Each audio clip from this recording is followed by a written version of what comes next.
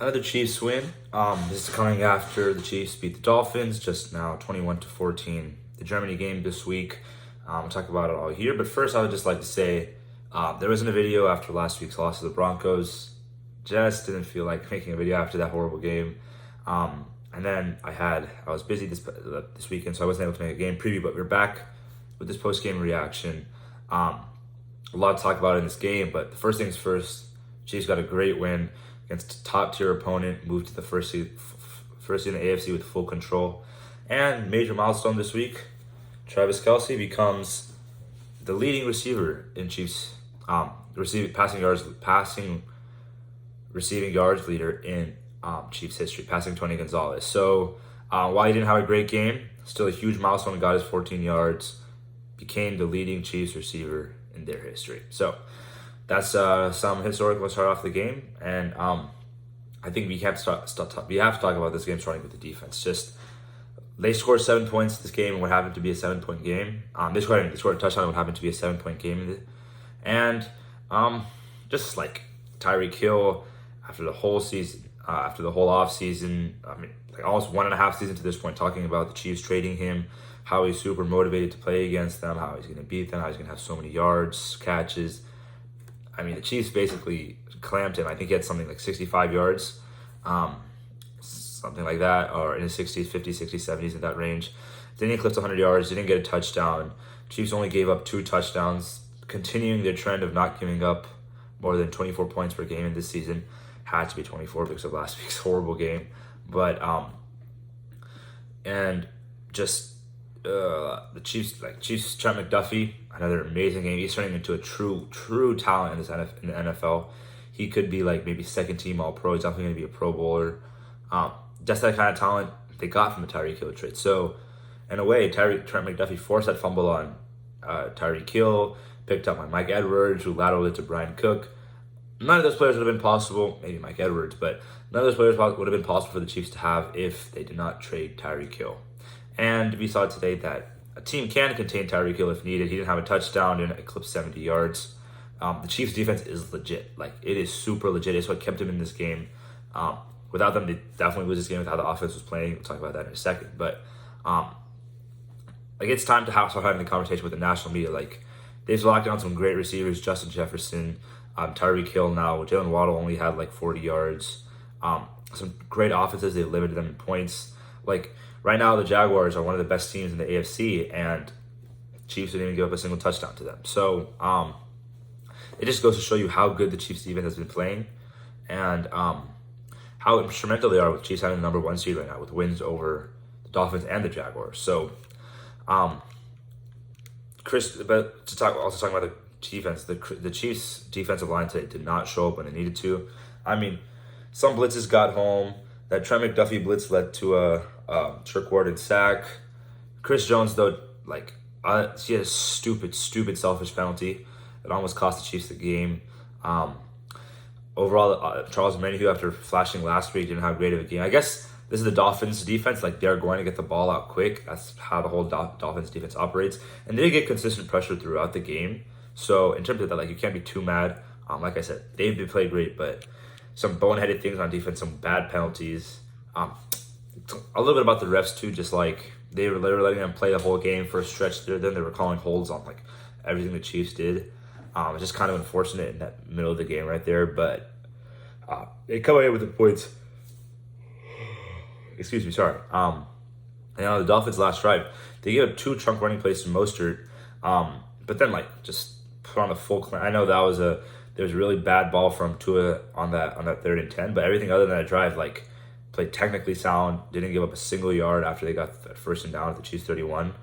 The Dolphins were threatening to tie the game, maybe go for 2 and try to have a 1-point lead over the Chiefs, and they just put on the full full locks on the Dolphins.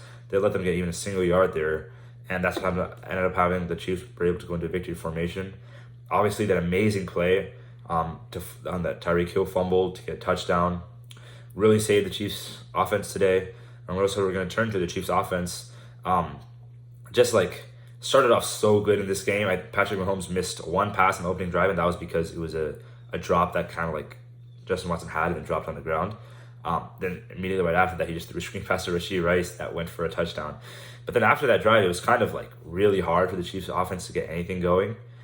They did get a touchdown after that, and that was a great drive. But like, other than those two drives, every other drive ended in a punt or was a victory formation. So, like, if the Chiefs defense really didn't save them with that touchdown, I'm not sure if the Chiefs offense could have gone down, scored again. You didn't really see them. They were kind of in like that chew clock, don't lose the game kind of mode, which sucks to see. But like, the Chiefs do hold back so much of their playbook. You kind of saw them open it, empty it to open up the game. I hope they would do that for a little bit longer, try to have a more comfortable lead before they like started hiding their plays, putting that playbook away. But they trusted their defense in this game and it ended up working. But it's not always going to work. Rashee Rice, Sky Moore, Kadarius Toney all flashed for a moment in this game, but then like the Chiefs just never went back to them again. Most likely they could have been covered or something, but the Chiefs are getting open looks all like with every single play. Like, I mean, the Chiefs have abilities, have the way to get people open. They just don't seem to be using all of them. I guess this season more than ever, Andy Reid is trying to maybe shield a player, save a player. That doesn't seem like typical Andy Reid. So we're just speculating here at this point. But the wide receivers played decent to start the game. I don't think the Dolphins are doing anything much different later in the game to kind of slow them down, but it seemed to work. And I think Fangio is also just a great defensive play caller. Mixed up a lot of blitzes and coverages. Got Mahomes guessing a lot of the time. That could play a part. When he was the Broncos head coach, it was never the Broncos defense was the reason that the Chiefs were winning all those games. It was Broncos offense. And so that just shows you, like, he's a pretty good defensive coach. He's a great defensive coach. And he seemed to just have, like, not Mahomes' number that way because Mahomes keep winning against him, but, like, he seems to know a way to slow down Mahomes. But, like, still, Mahomes played a decent game. I know he had the fumble, but over 200 yards, 2 touchdowns. After last week's game, it's great to see him actually throwing touchdowns and not interceptions. Did lose a turnover. He is having a lot of turnovers this season that needs to be cleaned up. But the good thing is they're going into their bye week. And like we said, after that mini bye week they had after the Broncos game, after that mini bye, they basically came out all guns firing against the Chargers. And maybe that could happen this bye week. Who knows? They come out of this bye week playing the Eagles, so you're going to need an A++ game plan for the Chiefs to win that game. It's on Monday night. It's going to be a great game. I'll be here to break it down when that time comes, but that's in 2 weeks from now.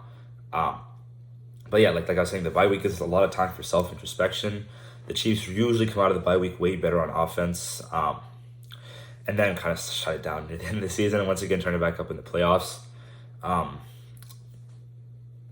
But yeah, like, I know the Chiefs are saving a lot of plays. They used some of those that first drive of this game and looked great. And just like the third and short play calling has just been horrible for the Chiefs. I mean, like that pass, that is usually, it works at times, that 3rd and 1 pass. But then, like, if you don't get it, Mahomes has to go down right there. He just has to take the sack or just lay down or sit down, let the clock chew out. Maybe the Dolphins take a timeout right there. And whatever could have happened there was an incomplete pass. That's what ended up happening. The QB sneak is so open all this time. Patrick Mahomes got injured once. Please run the QB sneak again. You're about to play a team that's going to run the QB sneak all the time. And you saw them in the Super Bowl too, the same team. So, like, don't do this. Just, they're saving it for something. This is an important game. They needed to pull it out. They didn't bring it out. It almost went the bad way if they did, like, for not getting that 3rd and 1 this game. And they're playing these teams way too close. The Broncos game just seems like an anomaly. We're not going to talk about that too much. Like I said, I didn't want to make a video after that game. But Chiefs are 7-2, first in the AFC heading into their bye week. And yeah, let's see you guys soon. It's not soon. See you guys in 2 weeks for the next Chiefs pregame video. Chiefs play the Eagles. Great Chiefs win today. And yeah, see you all then. Bye-bye.